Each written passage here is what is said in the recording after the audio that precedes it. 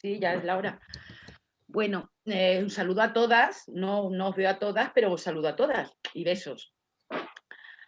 Bueno, vamos a empezar con la tercera Zumbera Feminista Session. Ya, el nombre ya no lo voy a cambiar, ¿eh? Y más en la tercera sesión. Y esta vez os vamos a hablar, yo os voy a hablar de Rosario de Acuña y Elena os va a hablar de Carmen de Burgos. Y a ver, Rosario de Acuña, la he titulado lo que he escrito sobre ella y lo que he ido buscando, le he puesto el nombre de La mujer que miraba a través de la oscuridad. Y lo he hecho así porque, a ver, Rosario de Acuña no la podemos, no la podemos unir a las demás porque era como un eslabón perdido en ese sentido, era libre pensadora y aunque sí que sus escritos, sobre todo en un periódico que era Las Dominicales del Libre Pensamiento, sí que influenciaron a las demás, pero no, la verdad es que no estaba unida, no sé, le gustaba mucho el campo y aislarse, la verdad es que se aislaba mucho. Yo os voy a contar un poquito de su vida para para contextualizar y el por qué también era así.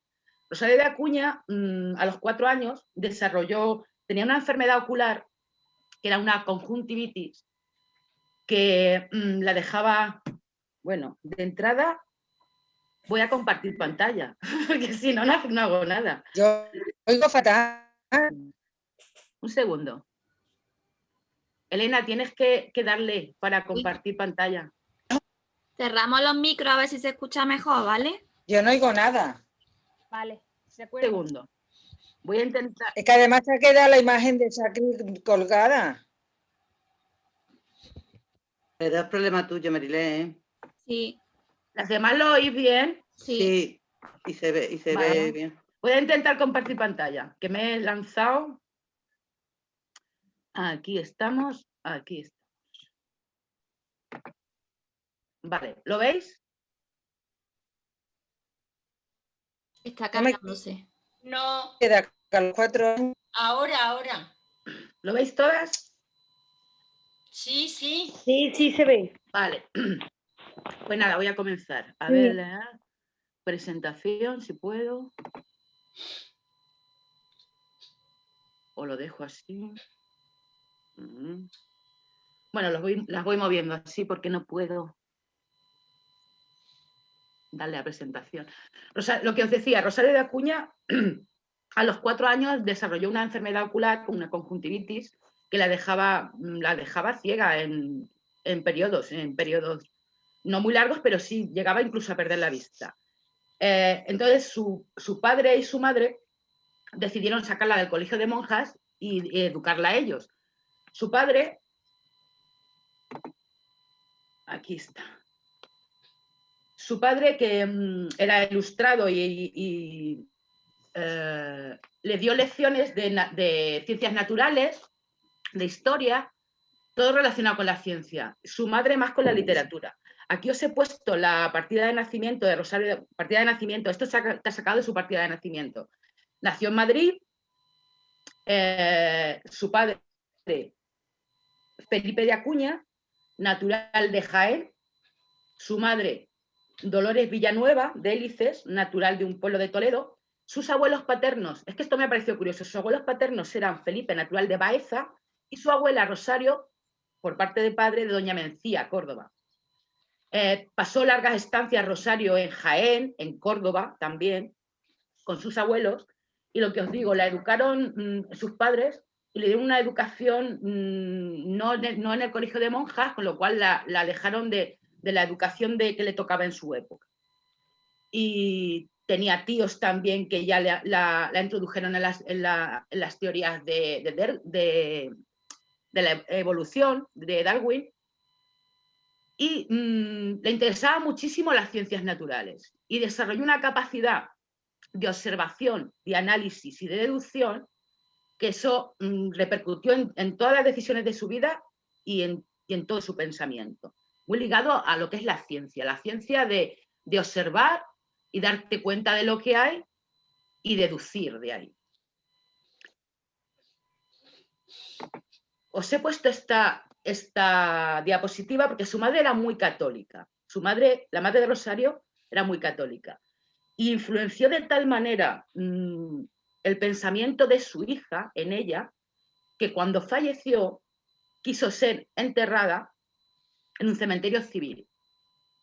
Aquí está, que sea mi entierro. Esto está sacado de las últimas voluntades de la madre de Rosario de Acuña, doña Dolores Villanueva y Hélices. Sea mi entierro sin aparatos ni fatuidades, y con la mayor sencillez se celebre de madrugada, sin acompañamiento, y déseme sepultura en el cementerio civil. Era una familia al principio, lo que os digo, su madre muy religiosa, su padre no, su padre era más ligado a la ciencia. La religión la veía como dogma y estaba más alejado, pero su madre sí, su madre a lo largo de su vida hasta el final, pero al final de sus días sí que influyó muchísimo Rosario en ella. Rosario empezó a escribir después de sus estancias, ya digo, bueno, estuvo en París con sus padres, recibió una educación, ya te digo, en historia, en filosofía, en ciencia realmente, y empezó a escribir desde muy temprana edad. Y empezó a escribir en los prestigiosos periódicos de la época, que son La Iberia, El Imparcial,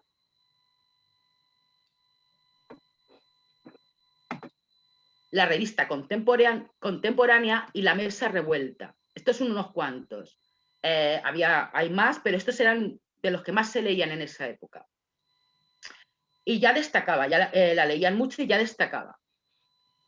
Y cuando le llegó el triunfo a Rosario de Acuña y su reconocimiento como literata, y esta vez más como literata, porque escribió obras de teatro, y con esta obra de teatro que empezó ya a destacar, además la estrenó en Madrid, tuvo un triunfo, tuvo gran éxito.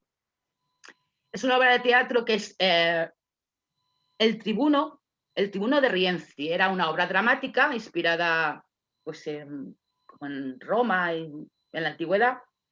Y ya decía en el prólogo, bueno, no, esto es un extracto de la obra, y ya os la he puesto aquí porque ya se deduce por dónde iba a ir posteriormente Rosario. Pueblo, nobleza, oh Dios, delirios vanos, que empecéis esa lucha fratricida. Pueblan el mundo siervos y tiranos. Mientras no se confundan como hermanos, jamás la ley de Dios será cumplida. La nobleza ignorante, el pueblo imbécil. ¿Cuánta sangre vertáis, toda perdida? Faltan ciencia y virtud. La ciencia era algo fundamental para Rosario, absolutamente fundamental. Y la virtud aquí se puede entender, se refiere más a la ética del comportamiento, a la moral de ética. Faltan ciencia y virtud, aún están lejos, la redención completa de la vida. Os digo que ya con esta obra destacó muchísimo y vamos, esta obra se representó por toda España y a partir de esta obra el reconocimiento público por parte de todo el mundo a Rosario de Acuña fue notorio. Cuando estrenó esa obra ya estaba a punto de casarse, se casó con un militar, estuvo 7 años de matrimonio con el militar y estuvo recorriendo toda España, fue viviendo en muchos sitios porque lo iban trasladando hasta que se instaló en Pinto.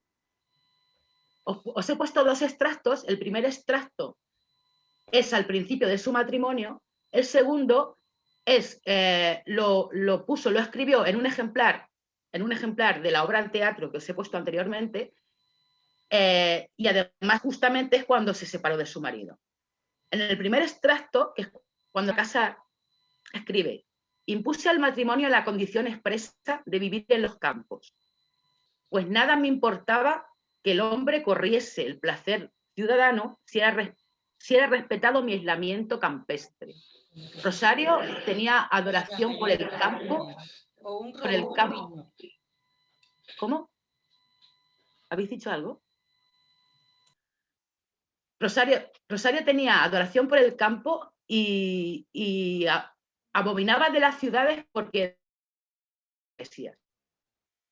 En el segundo extracto es cuando se separó, ella decía que estaba divorciada, se separó por infidelidades del marido, o sea, cometió muchas durante el matrimonio, pero en una de ellas, ya viviendo en Zaragoza, lo pilló y ya no lo aguantó más y y dijo que no, que se separaba, que no aguantaba más eso. Y escribió 27 de abril de 1883. Esto en un ejemplar de la obra de teatro. 7 años de ayer a hoy. Vivo entre penas, sin gloria. Tienes mi cuerpo, la escoria. Sola estaba, sola estoy.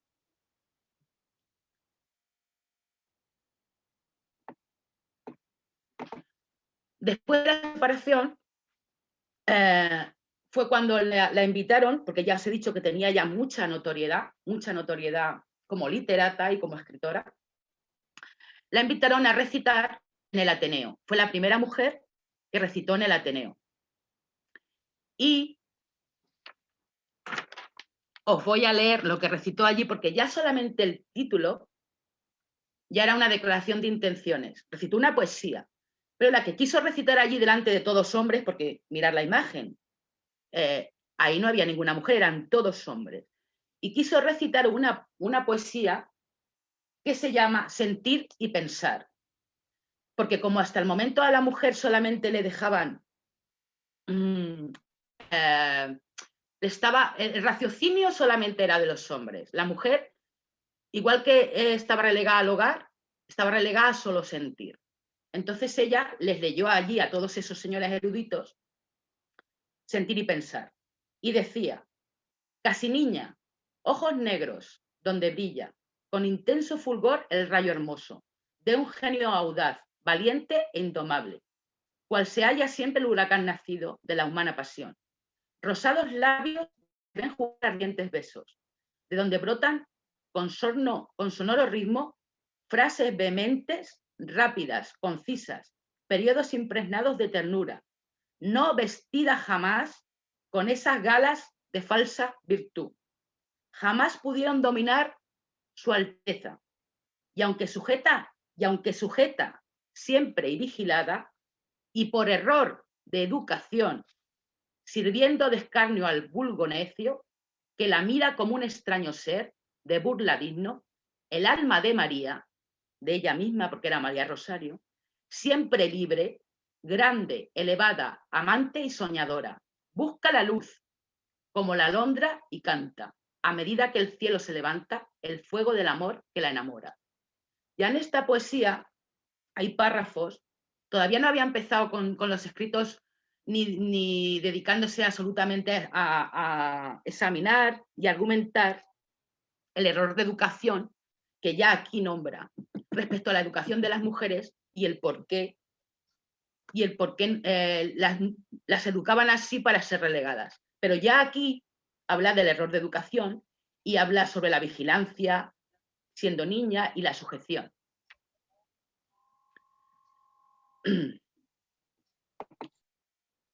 En una revista, La Ilustración de la Mujer, os he puesto esta imagen, Josefa Collado, que era una periodista de aquella época, que además firmaba como Evelio del Monte, de seudónimo, ya, porque después de recitar en el Ateneo tuvo muchas críticas por parte de hombres que no les gustó esa apertura del Ateneo a una mujer, pero aquí en La Ilustración de la Mujer, esta mujer, Josefa Collado, alguna más, pero os pongo este ejemplo, ya se felicitaba a Rosario y además decía que, bueno, que empezaba una nueva era para la mujer, a partir de que Rosario recitase en el Ateneo. Y esta etapa, la etapa de los dominicales del libre pensamiento, es la etapa donde Rosario es absolutamente, sus escritos son absolutamente feministas.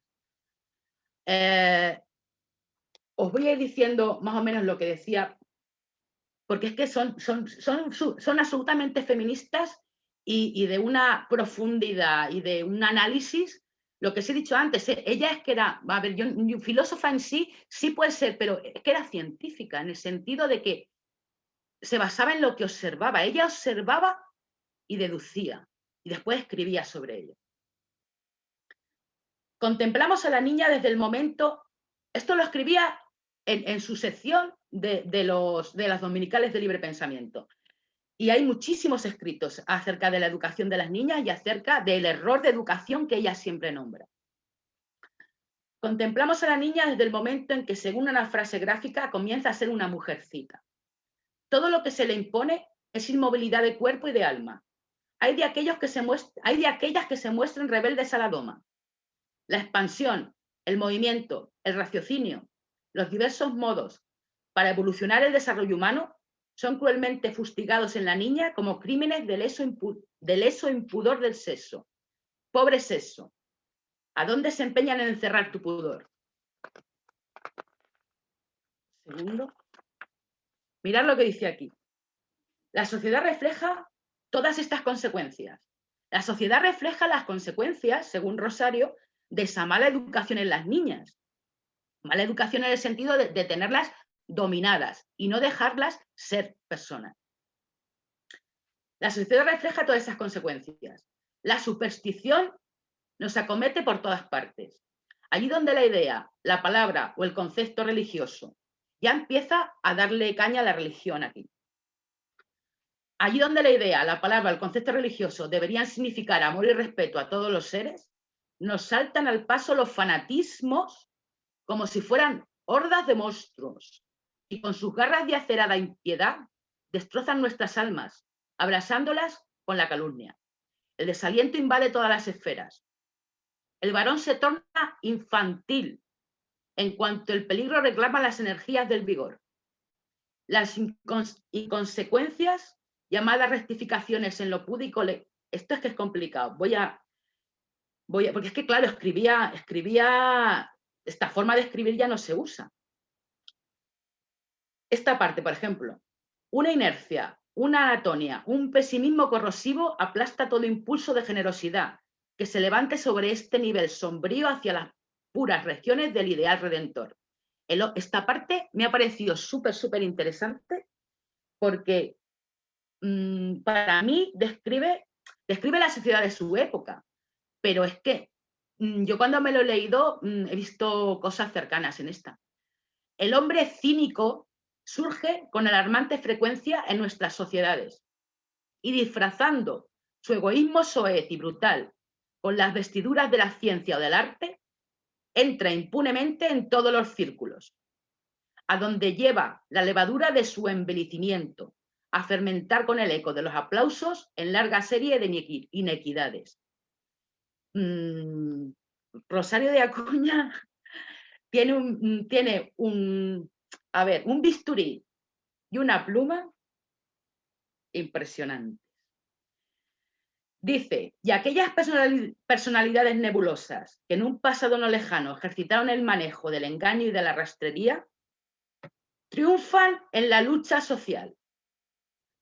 Y sobre los pedestales del prestigio no se levantan por lo general el decoro, la bondad, el trabajo y la sabiduría, sino la ferocidad, el orgullo, la astucia y el charlatanismo.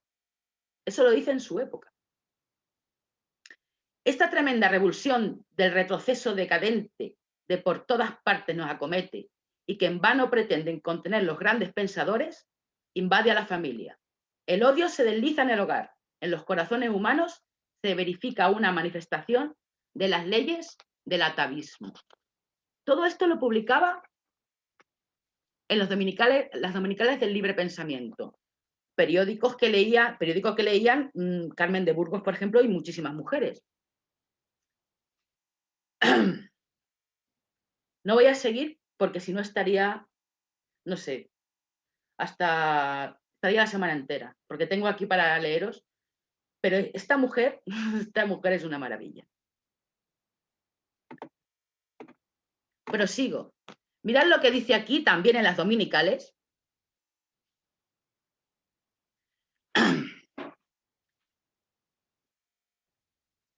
Esta parte, ella publicó un escrito en aquella época culpaban, bueno, y ahora también, pero en aquella época culpaban a las mujeres de la prostitución, ¿no? En esta época no las culpan, pero dicen que eligen ellas. Entonces ella hizo un escrito y trataba de desnaturalizar el vicio de los hombres, porque se decía Y se sigue diciendo que si no hubiese prostitución o no hubiese prostituta, ellos se estarían violando por ahí sin parar. Entonces se escribió esto. Vicio preciso, dicen unos. Necesidad de la naturaleza, dicen otros. Mal que evita mayores males, mal que evita mayores males. Si hay prostitutas, no van a ir violando. Dicen los de más allá. Vayamos reflexionando sobre estos aullidos. Vicio preciso, es decir, que el vicio es una necesidad. Eso contesta la antropología cuando se la pregunta sobre ladrones y asesinos. Y sin embargo, todavía no se le ha ocurrido ni a esta ciencia ni a la ley dejar que impunemente se robe y se mate.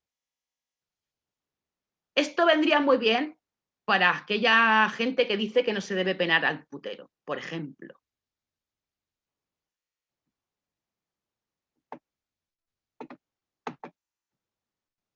Ser su cómplice, su encubridor, su tercero, es mucho más monstruoso que el vicio mismo.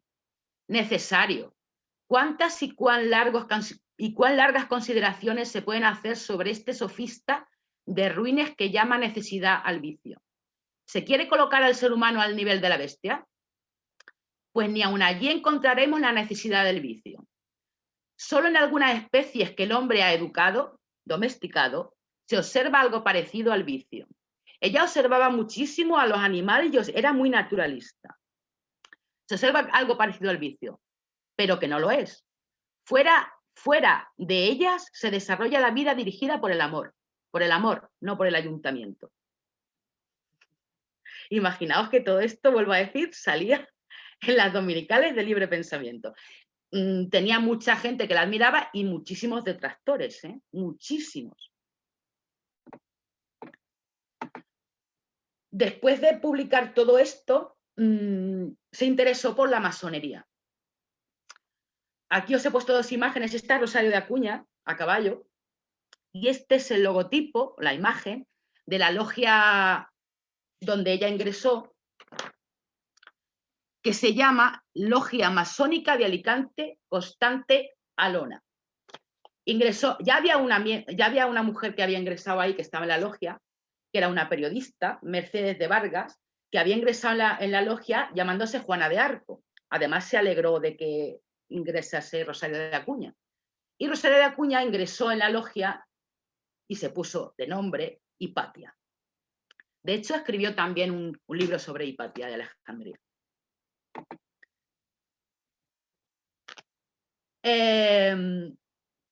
Todo esto que os estoy diciendo, ella vivía en Pinto y ya se trasladó a Gijón. Se trasladó a Gijón, había conocido, porque aparte de escribir en las dominicales, de ingresar en la logia, se había interesado mucho por los movimientos estudiantiles que había en la época, porque ya en la universidad siempre se ha caracterizado por ser un hervidero de progreso. Entonces empezaron los estudiantes con huelgas y para exigir modernidad en la universidad. Y ella se puso de su lado y conoció a un estudiante de Derecho que sería su compañero de vida hasta que murió. Ella, os recuerdo que estaba separada, ella decía que estaba divorciada, pero el divorcio no estaba todavía, no se podían divorciar las mujeres, y ella, cuando se trasladó a Gijón, se fue a vivir allí con este estudiante de Derecho, era 18 años más joven que ella, y este estudiante de Derecho le acompañó de por vida.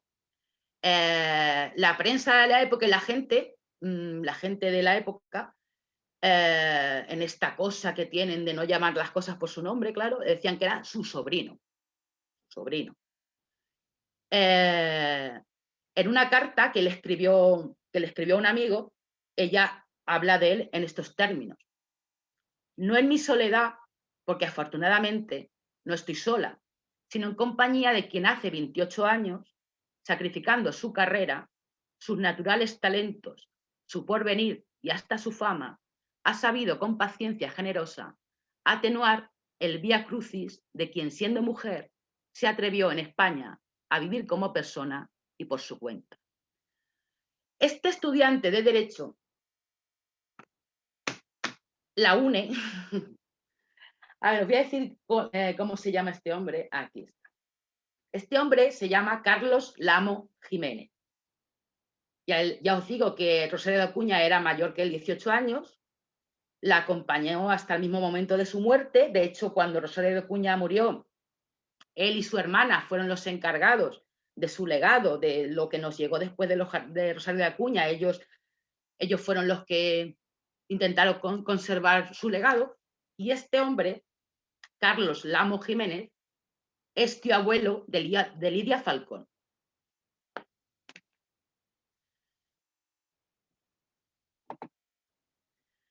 Se instaló, bueno, antes de instalarse en Gijón, ya lo que os digo, cuando ingresó en la masonería ya absolutamente estaba en contra de cualquier secta y era absolutamente anticlerical y a la Iglesia Católica la consideraba secta y, pues lo que os he dicho, no la consideraba dogmatismo absoluto y iba a por la Iglesia. Escribió una obra de teatro, El Padre Juan, que fue un escándalo de la época. Llegó a estrenarla, la primera, el día del estreno fue todo un éxito. De hecho, ella estaba en su casa y la llamaron para que fuese, porque no paraban de aplaudir. Pero claro, las críticas en la prensa al día siguiente y el boca a boca, pues hizo que el siguiente día del estreno no le dejaran. La siguiente representación, el gobernador firmó un auto, ¿no?, prohibiendo que se representase la obra. Ella había financiado por completo esta obra, o sea, había alquilado el teatro y se había gastado todo el dinero en esta obra. Y claro, no le dejaron estrenarla, tuvieron que devolver todo el dinero y se arruinó con la obra. Y es cuando se instala en Gijón y se dedica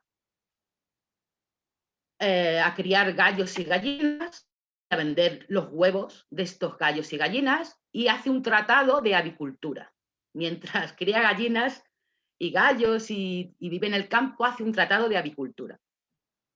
Pongo esto para que veáis, no sé, Rosario de Acuña es que me parece una mujer tan sorprendente, no sé, tan erudita y tan natural.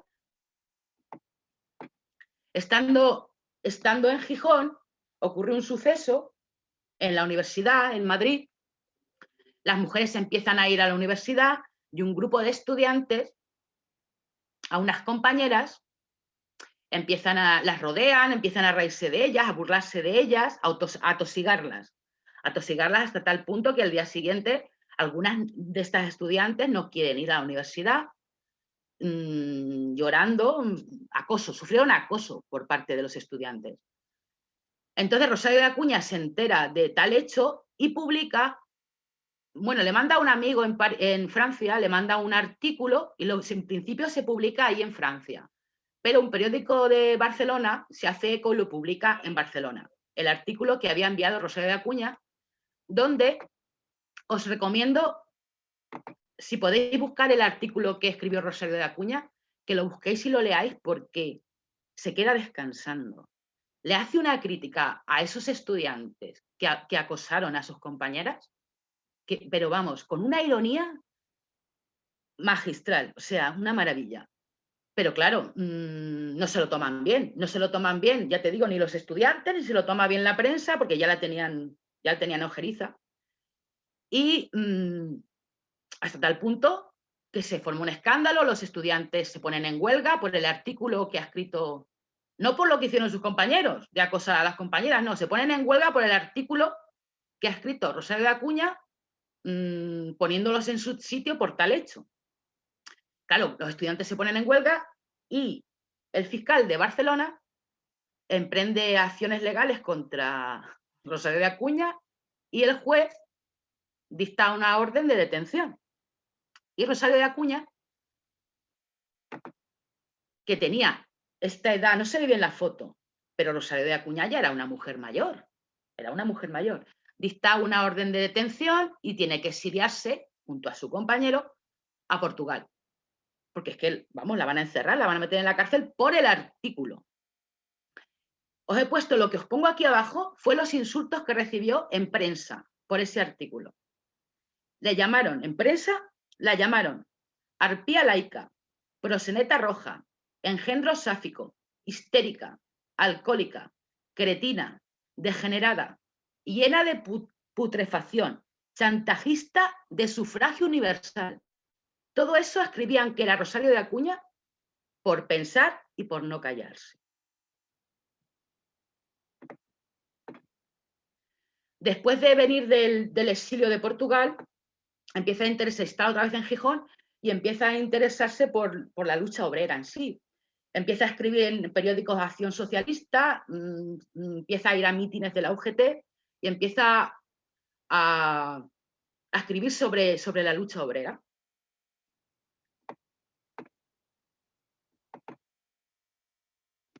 Y pasan los sucesos de agosto. Los sucesos de agosto son, a ver, que llegan, claro, con todos esos antecedentes de masona, anticlerical. El artículo que escribió, que vamos, que por poco la encierran. Y después ya, hablando de la lucha obrera, pues claro, se presentan en su casa policías para investigar a ver qué tenía ahí. Se presentan en su casa y ella escribe, de los sucesos de agosto, escribe. Es que os voy a contar lo que ella misma decía que pasó. Sabéis lo aislada que vivo y también saben que ni soy socialista, ni anarquista, ni republicana, en el sentido redilesco de estas adjetivaciones. Nada que huela a dogma, imposición y enchiqueramiento. Además, un segundo.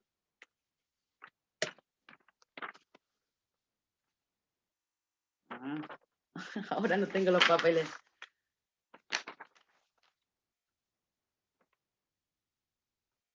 Aquí está. Además, dada la condición marroquí de la mayoría de los españoles, las mujeres que queremos ser personas, solo eso, tenemos que pasar como cochinillas de circo, petulantes, histéricas, etc. Pues bien, a pesar de todo esto, sobre mí y mi casa se extendió en aquellos días una leyenda negra, que yo había predicado el amor libre en los paseos de Gijón, que era una conspiradora de cuidado. Esta prédica, para la mema burguesía, que parece vivir solo tragándose idioteces. Para el vulgo campesino, lo que decían de mí era lo siguiente, que era una bruja, que salía por la noche untada al tejado para hacer el mal de ojo a vacas y chicos, que era una perra judía, que tenía un macho cabrío, que azotaba a la Santa Cruz los viernes. Todo eso decían y se presentó a la policía allí a comprobar si era una especie de terrorista, bruja o qué es lo que era. ¿Vale? Vale, a las 5 de la mañana se vuelven. Pues no contentos con eso, a los 5 días se presenta a la Guardia Civil con azadas para acabar la tierra, a ver si escondía, no sé si bombas o no sé, ella misma lo dice aquí. Llega una mañana de agosto y a las 3 empiezan a porrear el portón de la finca. 5 horas duró el registro, sin tener ninguna queja contra los que por su profesión tenían que realizarlo. A los 2 días de esto, corrió por Gijón la noticia de que habían encontrado en mi casa cheques y mazos de billetes y libros pornográficos. Pasan unos días, llega la Guardia Civil y con las azadas, removiendo el terreno a ver si allí tenía bombas o lo que fuese. Y entonces ella misma dice aquí que lo que se trataba era de que la querían encerrar en la cárcel y que ya tenía preparado el latillo para irse a la cárcel porque, vamos, que iban a por ella. Como si alguien fuera capaz de hacerme dormir en la cárcel, decía. A raíz de esto, la agrupación socialista, aquí está el recorte, la agrupación femenina socialista, que se estaban formando por entonces, hizo un escrito de apoyo a Rosario de Acuña, que lo firmaba la presidenta Dolores Fernández y la secretaria María Rojo. A Rosario de Acuña, después de esto, ya os digo que ya era de avanzada edad, no le quedaba ya mucho tiempo de vida. Y el 1 de mayo de 1923, el 1 de mayo de 1923, los obreros de Gijón, porque ya os digo que ya estaba muy unida al movimiento de lucha de clases en Gijón. Y el 1 de mayo deciden, en vez de salir a la calle, deciden ir a la casa, porque vivía en Gijón, pero apartada en el campo. Deciden ir de excursión a la casa de Rosario de Acuña, allí a presentarle sus respetos. Y ya pasan el día con ella y, de hecho, se sorprende, lo he leído en un escrito que... Todo esto, si queréis saber más de Rosario de Acuña, hay infinidad de cosas. Hay una página de Rosario de Acuña donde es una maravilla. Hay aportaciones, hay muchísima información sobre ella. Lo que os decía, el presidente de la agrupación de UGT de allí hizo un artículo donde se extrañaba, además, porque cuando fueron allí pensaban que iba a vivir en la opulencia, o sea, una señora con renombre que iba a tener muebles muy buenos y vivía en la modestia, porque además se arruinó con la obra de teatro y que ya era bastante no le gustaban los lujos. Bueno, 5 días después de este 1 de mayo fallece Rosario de Acuña y en su entierro, tengo aquí para leeros una cosa, la sacaron de allí de la casa, porque muere de improviso allí en la casa, la sacaron obreros y obreras de Gijón, la sacaron y en el entierro protagonismo fue para la clase obrera en Gijón. Y os quiero leer una cosa que dejó dicha en su testamento, la tengo aquí. Esto puso en su testamento, esta parte es que me apareció. Conste, pues, que viví y muero separada radicalmente de la Iglesia Católica y de todas las demás sectas religiosas. Y si en mis últimos instantes de vida manifestase otra cosa, conste que protesto en sana salud y en sana razón de semejante manifestación, y sea tenido como producto de la enfermedad o como producto de manejos clericales más o menos hipócritas impuestos en mi estado de agonía. Y por lo tanto, condeno y dispongo que diga lo que diga en el trance de la muerte, o digan que yo dije, se cumpla mi voluntad aquí expresada, que es el resultado de una conciencia serena derivada de un cerebro saludable y de un organismo en equilibrio. Eso dejó dicho y fue enterrada en un cementerio civil. Y he terminado con esto por lo que os decía, porque le daba muchísima importancia a la vida saludable, a la naturaleza, al pensar y al darse cuenta observando de lo que pasa alrededor. Y he finalizado. Y ya puede proseguir Elena. Porque creo que me he pasado de tiempo. Brava. Qué grande, Rosario de Acuña.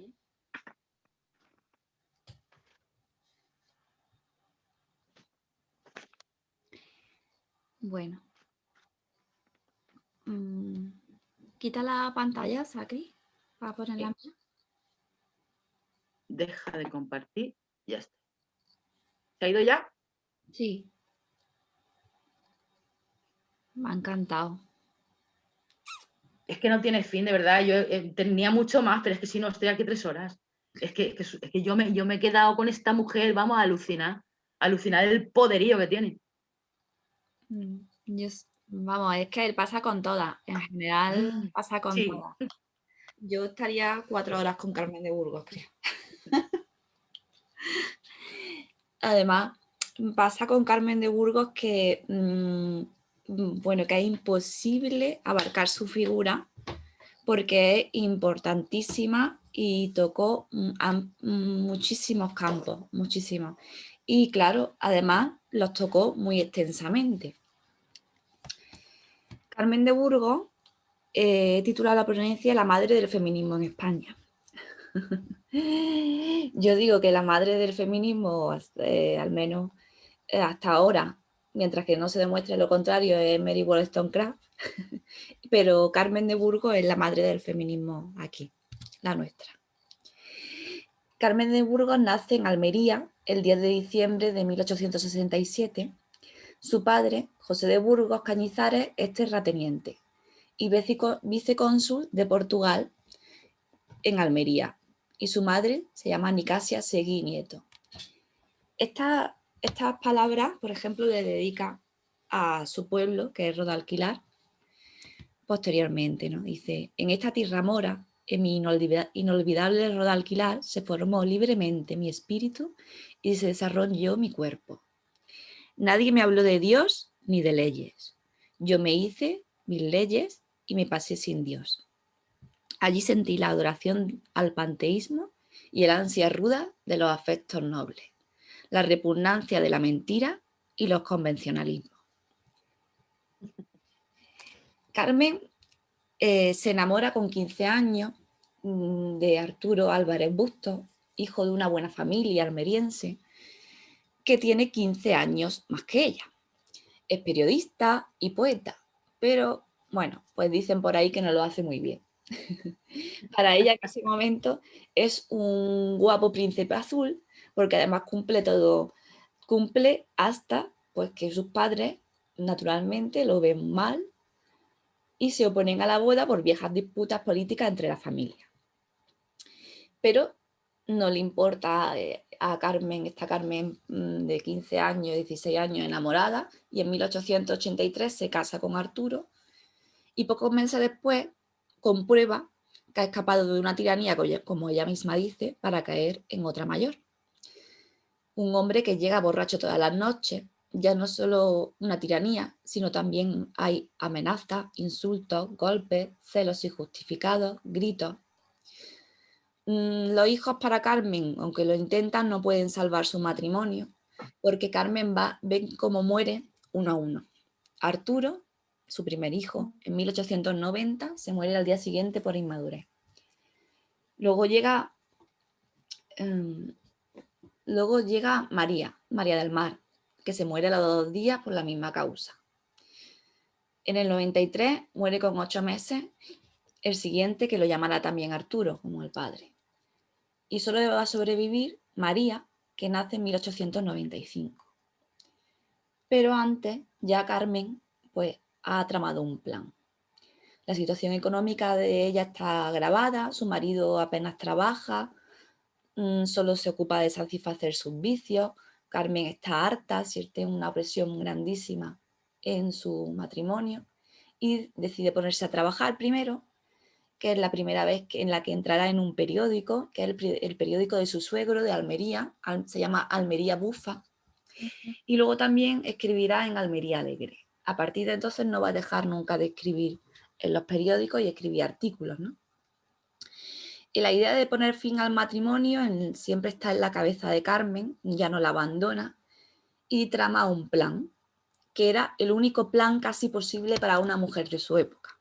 Empieza a estudiar por libre el magisterio y se prepara en magisterio en Granada, se prepara, son 3 años, el primer examen por libre lo aprueba con notas sobresalientes, al siguiente año va, igual, así a los 3 años hasta que obtiene el título de maestra.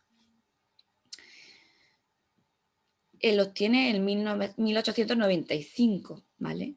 Y pues seguidamente se intenta preparar las oposiciones. Esta frase, ¿vale? Es una frase que pone en su memoria de oposiciones que entonces tenían que hacer, en 1900. Solo la falta cuando habla de la cultura, porque claro, ella va como maestra para señoritas. Recordamos que en esta época todavía están separadas, las maestras son para niñas y los maestros para niños. Dice, solo la falta de cultura en que se hayan sumidas las mujeres es lo que va a dar apariencia de superioridad al intelectual al hombre. Esto en su memoria. Alrededor de 1900 se separa de su marido, se va a casa de sus padres, pero eso es absolutamente un escándalo en Almería, y harta de las calumnias que tiene que soportar diariamente, se va a Madrid, antes de irse para su plaza final de maestra en Guadalajara. Siempre ya se va a ir con su hija, a todos los viajes que haga, se llevará a su hija María. En este viaje ya se lleva unos versos de ella, que en este momento llama sus cantares, pero luego los llamará, lo editará en un libro que se llama Notas del alma, que es este. Y hace pues, este fragmento, ¿no? Pues hace alusión a la vida que está dejando. El hombre que a las mujeres no trata con cariño, o no conoció a su madre, o lo ha perdido siendo niño, en medio de mis dolores ya mi risa no se acaba, porque mi corazón siente el eco de tus palabras. En Carmen, realmente, como casi todas las feministas, siempre hay un hecho en nuestra vida que nos lleva a reflexionarnos y luego, pues seguramente mediante el análisis y la razón llegamos a lo que no puede ser otra cosa que el feminismo. Y su matrimonio, este es el único que tiene, y su fracaso como matrimonio, que además ella abandona en una época en la que todavía no existía el divorcio, y se trama ese plan para tener independencia económica, pues va a ser algo que la va a marcar, ¿no? Uno de sus logros cuando llega a Madrid es formar parte de la redacción del recién estrenado Diario Universal. Se convierte en la primera mujer periodista de España. Había mujeres que escribían, pero no que hacían las mismas labores de redacción y de calle propia de los periodistas. Ella es la primera en 1903. Aquí es cuando adopta el seudónimo de Colombín. Comienza su columna diaria titulada Lecturas para la mujer. Ahí publica sobre moda, sobre escritoras, sobre recetas de comida, reinas, artistas, absolutamente sobre todo. El 27 de diciembre, en ese mismo año, publica la noticia de la creación de un club de matrimonios malavenidos, que quiere exponer sus quejas y estudiar las bases de una ley de divorcio que solucione los problemas de estas parejas.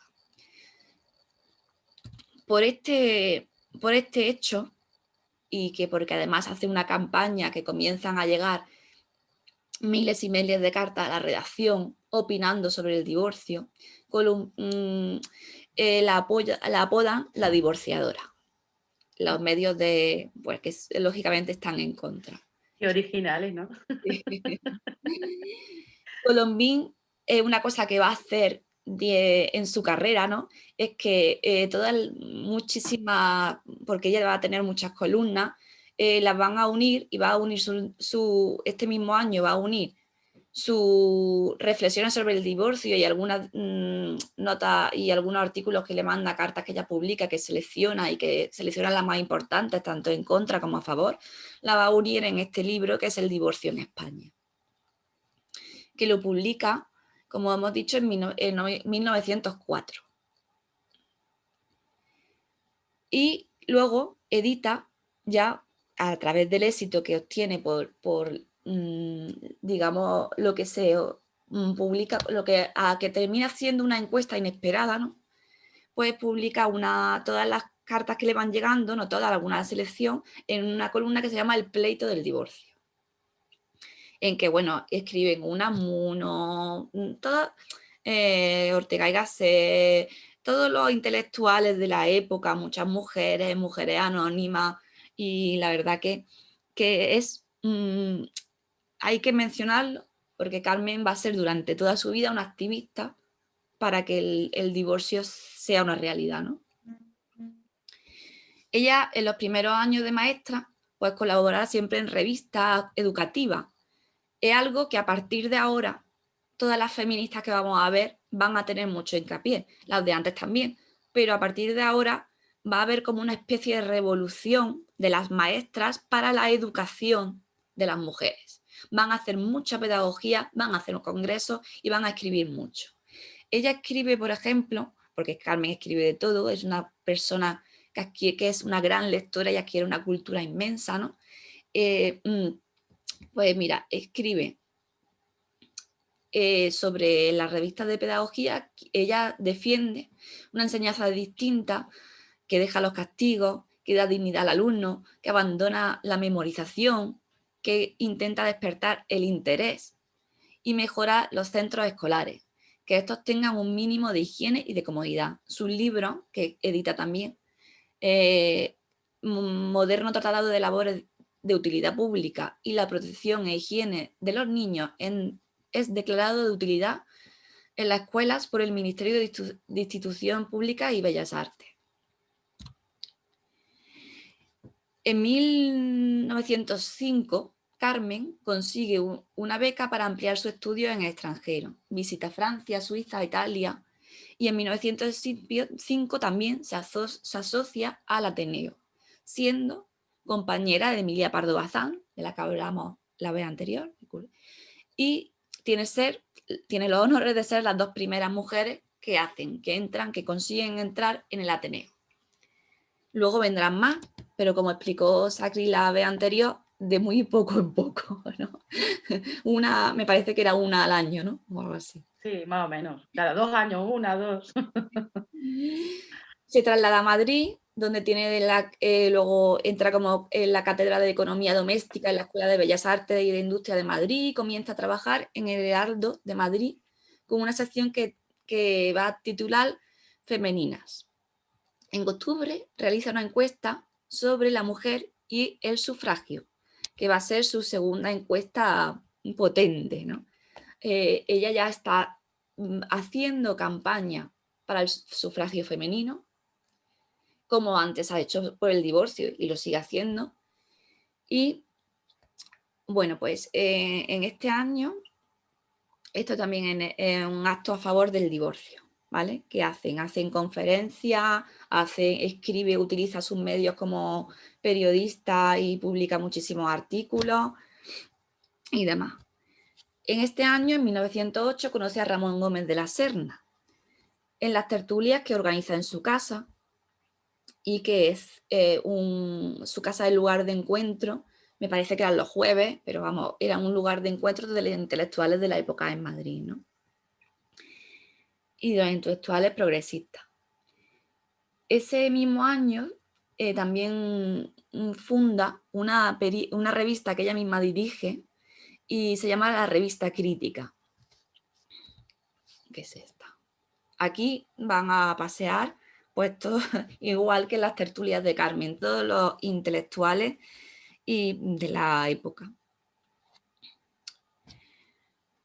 Bueno, también crea, porque Carmen va a tener un especial interés, la Alianza Hispano-Israelita, en apoyo a la comunidad judía, pues ella tenía muy buenos amigos y ve la necesidad de crear una alianza que apoye a la comunidad judía. En esta época el Parlamento debate por primera vez el voto de las mujeres, solo limitándolo a las elecciones municipales. Mira, al año siguiente es auxiliar de la Escuela Normal de Maestras de Madrid y comienza la carrera como corresponsal en guerra en Marruecos. Es la primera mujer en España corresponsal en guerra. Ella escribe una crónica diaria que manda y se publica en España. Por su labor, que además es leída y están muchas publicadas en internet y tienen un interés, luego ella además también va a sacar un libro, como hace con casi todas sus columnas con importancia, ¿no? Y se va con su hermana y su hija, no, con su hermana. Ahí están. Y mira esta foto también, tan tremenda. Ella está en La el foto centro es... y su hermana aquí al lado. Bueno, pues intentan que tenga una conmemoración, que le solicitan un galardón a Carmen por su trabajo como corresponsal de guerra, pero le es denegado. Y ella comienza una colaboración con los contemporáneos, que luego son unos que edita. Mira, este será uno de las crónicas de guerra que hace, porque ella se camuflaba, no tenía problema en vestirse, ¿no? y demás, y de la guerra de Marruecos. Que además, Carmen, aunque es corresponsal de guerra en varias veces, luego veremos otra, es pacifista. Y en sus alegatos de guerra lo deja ver la atrocidad de la guerra, ¿vale? Y cómo la guerra devasta un pueblo. Bueno, en 1910 las mujeres por fin consiguen matricularse libremente en la universidad. Lo doy como dato ahí. Hasta 1910, todas las mujeres, aunque ya lo veremos más adelante, no tenían que obtener permisos especiales. Carmen da conferencias, ¿vale? Escribe artículos, tiene ya muchísimos libros. Es que a veces que publica tres libros al año, ¿sabes? Y cada vez tiene más éxitos publicados, ¿no? Es ya una mujer consagrada y reconocida. En 1911 le encargan una entrevista a nuestra adorada Emilia Pardo Bazán y ella se considera discípula de la escritora. Ella admiraba tremendamente a Emilia y le pone muy nerviosa esa entrevista. De hecho, cuentan que la que salva la entrevista es Emilia Pardo Bazán, iba contando, ¿no? y demás. Pero publica también El Balcón, por ejemplo. Mira, luego va a inaugurar una revista que es Confesiones de Artistas, o sea, una columna. Oh, perdona, que me he liado. En 1914 va de vacaciones en el viaje por Europa y le sorprende la Primera Guerra Mundial. Entonces, para volver, va a Alemania y es detenida acusada como espía.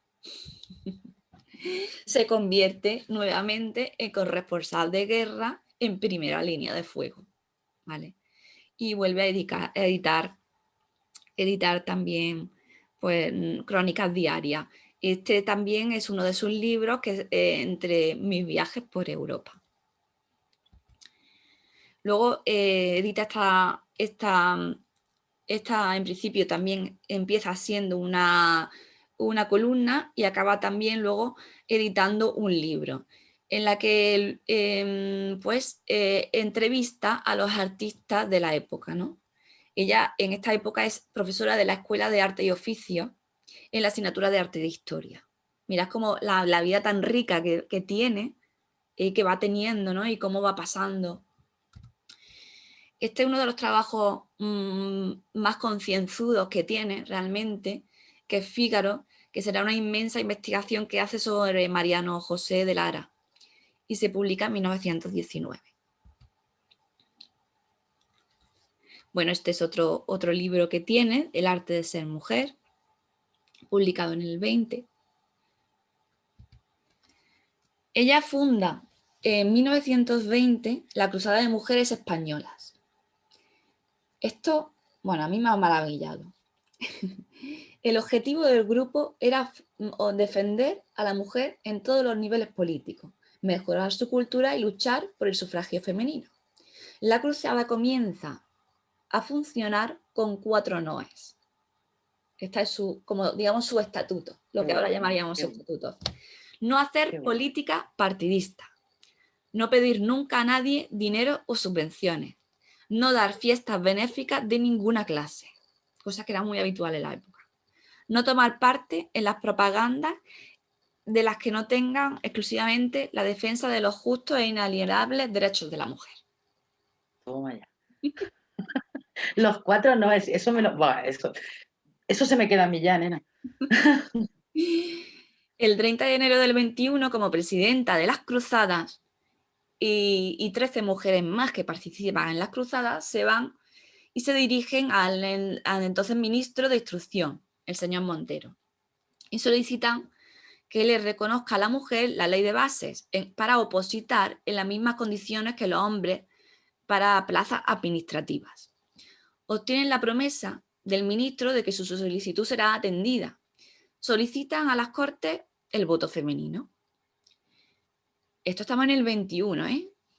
Por favor, después de hoy, que no nos digan, no dejemos nunca que nos digan que las mujeres, una frase que nos dicen mucho, no obtuvimos el voto en España sin lucharlo. Como si nos hubieran dado algo sin lucharlo, tía. Es que no lo dicen mucho, lo he escuchado mucho. Bueno, pues bueno.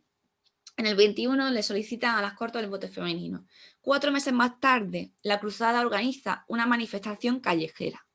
La primera que se organiza en España para exigir el voto y que finaliza en la carrera de San Jerónimo junto a las Cortes para entregar un manifiesto a los diputados en el que solicitan igualdad completa de ambos sexos en cuanto a derechos civiles y políticos, ingresos en profesiones y carreras, participación en funciones de jurado, investigación de la paternidad, igualdad de derechos ante la ley de los hijos legítimos y no legítimos, protección del Estado en los centros destinados a la instrucción moral y cívica de las mujeres, que supriman por ley la prostitución reglamentaria.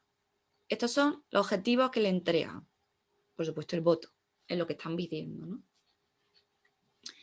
Esta es una imagen, un recorte de la prensa, ¿vale? De este mismo acto, del 1921. Además, entregan, por supuesto, el manifiesto y reparten entre los transeúntes octavillas en las que se explican sus peticiones. Están haciendo ya pedagogía.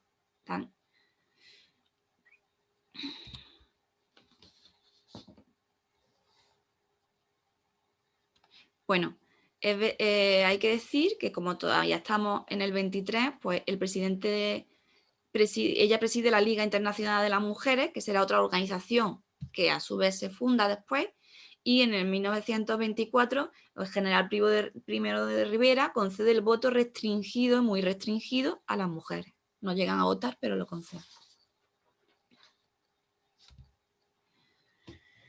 Mira, en Roma, en el 27, esta es una conferencia contra la pena de muerte de la Liga Internacional de las Mujeres, que ella también preside, ¿vale? Mujeres íberas y iberoamericanas. En el 27 se celebra en Roma el Congreso Internacional de Sufragistas, al que asiste una delegación de esta Liga Internacional de Mujeres Ibéricas e Hispanoamericanas. Fijad qué conexión tenían, ¿no?, con todo el sufragismo europeo y americano, porque ya hemos visto también el americano. El 27 también escribe este libro.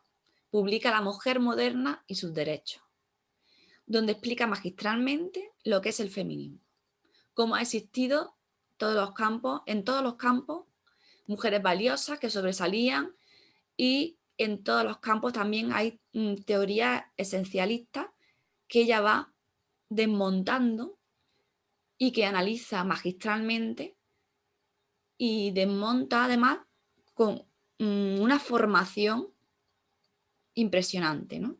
Ella empieza con un capítulo que analizaría lo que es el feminismo, en la que tiene estas frases, ¿no?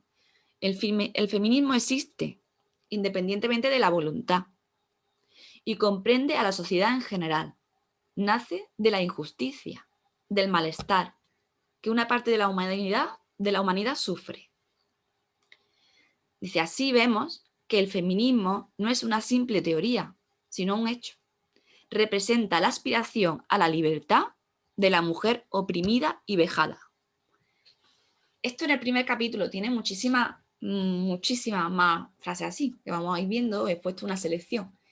En el segundo capítulo hace un análisis de las ideas esencialistas y cómo reducen a la mujer a, bueno, un adorno del hombre, y ella las va desmontando, pero con un conocimiento y con una... es majestuoso, o sea, un libro que es impresionante. Dice, por ejemplo, del falso análisis de la naturaleza femenina nace la teoría de la existencia de dos morales diferentes, de que el sistema nervioso de la mujer alcance mayor sensibilidad, deducen los antifeministas que son inferiores por demasiado sentimentales. Por ejemplo, dice, dos morales diferentes, una para cada sexo, como si la moral, la justicia, la verdad pudieran multiplicarse y dividirse. Esa frase es que me encanta. Es maravilloso. Mira, de otro, porque va también, en este libro tiene otro capítulo, por ejemplo, a las mujeres ilustres. Porque uno, por ejemplo, para presentar el feminismo, son 12. Otro para debatir todas las teorías que defienden la inferioridad de la mujer. Otro para ver cómo es el amor entre las parejas, ¿vale? En el cual arremete contra la prostitución. Ahora veremos alguna frase. Otro en el cual, por supuesto, defiende el divorcio. Otro en el cual dice defiende la educación. Otro en el cual en el trabajo va analizando así progresivamente todos los aspectos, y el libro realmente es una joya, o sea, una joya del feminismo español. Por eso he puesto precisamente por este libro, que es este, me lo prestó Sacri, no sé si se ve, la edición actual, que está editada en el 18, es que todas las feministas nos tenemos que leer. Bueno, mira, la sociedad censura a las mujeres mientras deja al varón en su completa libertad de faltar a todos los deberes que se han establecido respecto a la sexualidad. Es como si existiese un pecado exclusivamente femenino. Es decir, él está hablando aquí, está relacionándolo también con la prostitución. Dice, no se puede admitir medidas de excepción respecto a las mujeres sin violar vindicaciones feministas. La responsabilidad base de toda moral debe ser la misma para mujeres y los hombres. O dice también, ¿no? Con la complicidad del Estado hay una categoría de mujeres, verdaderas esclavas, mientras el hombre goza de desigualdad e irresponsabilidad del vicio. Se hace pesar sobre la mujer solo las consecuencias de un acto cometido en común. Maravilloso. Aquí está analizando, realmente al final está haciendo un análisis del sistema prostitucional, ¿no? Porque además también tiene una idea que compara los matrimonios no avenidos, o sea, no bien avenidos, o sea, no hechos por amor, como todavía en su época sucede, con una prostitución legal, como hará Alexandra Kollontai, la rusa, ¿no? Además tiene un análisis tremendo de cómo las mujeres en los distintos países están trabajando. Se hace eco de las leyes de todo alrededor, de cómo estamos como las mujeres totalmente tutorizadas y en qué país hay un avance más y en otro menos, y lo tiene controlado totalmente, y es un libro de verdad que merece muchísimo la pena leer. Por ejemplo, respecto al trabajo, el derecho al trabajo ha sido una conquista del feminismo. Hasta esas labores, a las que se llaman labores de su sexo, y se consignan así como una profesión, en los padrones municipales, le han costado a las mujeres rudas luchas obtenerlas. Ella va a hablar de una servidumbre, de un trabajo de servidumbre también. Hace unos análisis, ¿no? Grandísimo. Dice, luego, es preciso que se le reconozca los mismos derechos a su compañero. Retiro, seguro, sustitución de la mano de obra, libertad de trabajo, así como igual jornada de remuneración. Fijaros, está vindicando que nos paguen igual que a los hombres. Sí. En el 27. El interés de los obreros está en ayudarla. Esto lo dice porque realmente antes ha analizado que muchos obreros se oponen a que trabajen las mujeres. Y le dice, las causas de la humanidad es solo una. Claro. No la de el avance. Claro. El avance. Sí. Dice, se calumnia al feminismo cuando se dice que trata de extinguir el amor, ¿no? Lo que desea es no contentarse solo con el amor físico, conociéndolo fácilmente que la saciedad del deseo apaga su llama. El amor tiene que dominarse, encauzarse, unirse a otra clase de amor, tan real como él, que nace de la estimación de las cualidades morales, como éste nace de la contemplación de la física. Este es en el capítulo en el que analiza cómo son los matrimonios. Y es maravilloso, porque está teniendo una visión del amor, ¿no? En el que está realmente, por supuesto, siendo absolutamente feminista, ¿no? Poniendo a la mujer al nivel del hombre y diciendo que el hombre se debe de enamorar también de la moral de la mujer. Hay que buscar en el hogar mujer consciente, no la mujer reflejo, que concebida Confucio al decir, el hombre es a la mujer lo que el sol a la luna, y en ella necesita ser el reflejo para que reine la armonía. Mirad cómo se da cuenta. Me ha gustado muchísimo dos conceptos que ella tiene. Uno que es el de la mujer que se vende, ¿no?, por trabajo, por las labores del hogar. Y este que es la mujer reflejo, porque dice que las mujeres que realmente no están con iguales son mujeres reflejo, que le sirven al hombre, ¿no?, para verse al doble de su tamaño natural.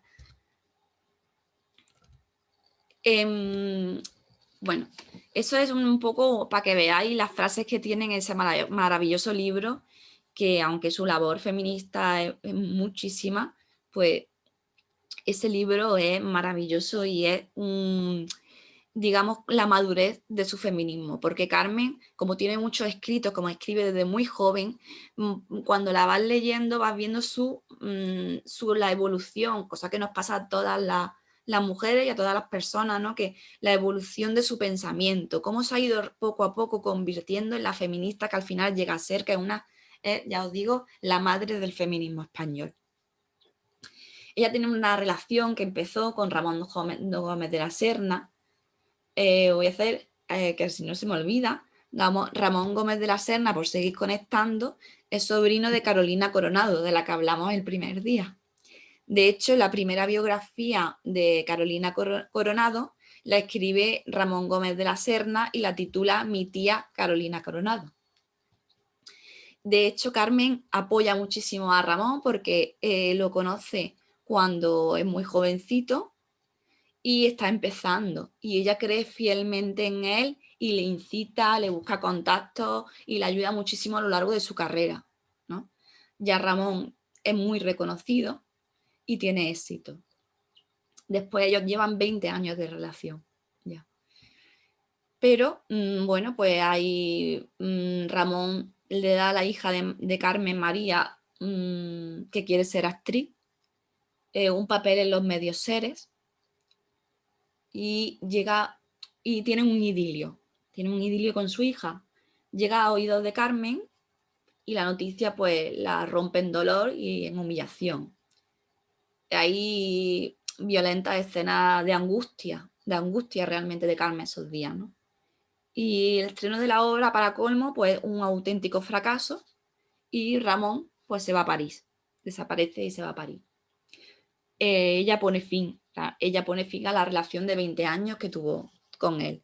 Luego Carmen consigue, Ramón se casará posteriormente y demás, y Carmen consigue, cuando vuelve a España, pues llevar una relación con él cordial y amistosa, porque habían compartido muchísimo, ¿no? Esto escribe en esta época, por ejemplo, esto es en una carta, ¿vale? Ahora que he llegado a la cumbre, podría ser feliz. Y no lo soy por Ramón y por mi hija. Ramón es un celoso que me ha amargado la existencia y un mujeriego que a mis espaldas tiene su aventura. Aunque a mí me lo niegue, yo le conozco y sé de qué pie cojea. De mi hija, mejor no hablar. Aunque disculpe su comportamiento diciendo que es una ingenua, la profesión va por dentro. En 1930, Carmen ingresa en el Partido Republicano Radical Socialista. Ingresa sobre todo por el programa que tienen, objetivamente. Por el programa, por el voto, mayoritariamente, y aunque luego sean las paradojas, ¿no?, que es de la vida. Cuando se consigue el voto, las cruzadas de mujeres españolas que ella preside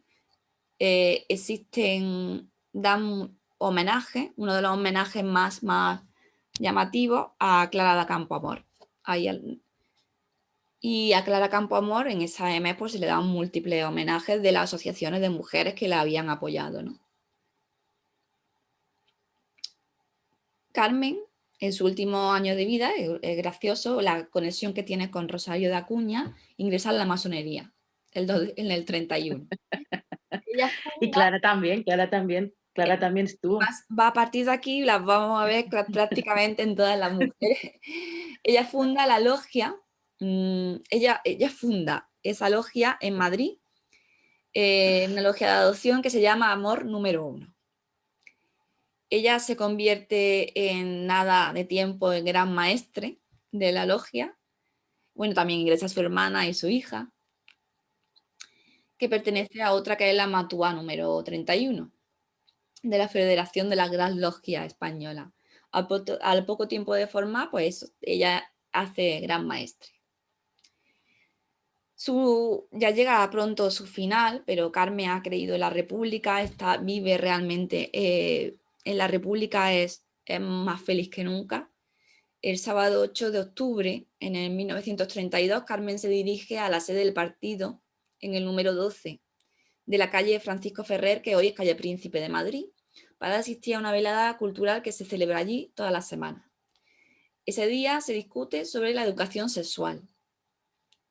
Y te vendrá ella y enfocará el tema hacia el amor.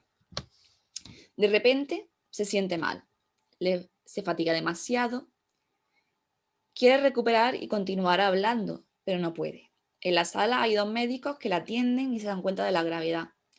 También llaman a Marañón, que era su médico desde entonces, desde hace un tiempo. Y a Carmen pues le está fallando el corazón. Carmen comprende perfectamente que va a morir, se da cuenta de ello y hace un último esfuerzo y exclama. Esto lo sabemos por la prensa de la época y por todas las personas que estaban allí. Dice: muero feliz porque muero dentro del pleno triunfo republicano. ¡Viva la República! ¡Guau! ¡Qué bueno! Qué Ella bueno. es amortajada con la placa y el collar de la Orden de Santiago, que era una de las condecoraciones que más estimaba. Es la única mujer que posee esa condecoración. El féretro es cubierto con la bandera de la Cruzada de las Mujeres Españolas y los homenajes se van sucediendo esos días. El mismo año, que creo que es el mejor homenaje que le podían hacer a Carmen, se aprueba la ley del divorcio. Y aquí concluyo la exposición. Ole.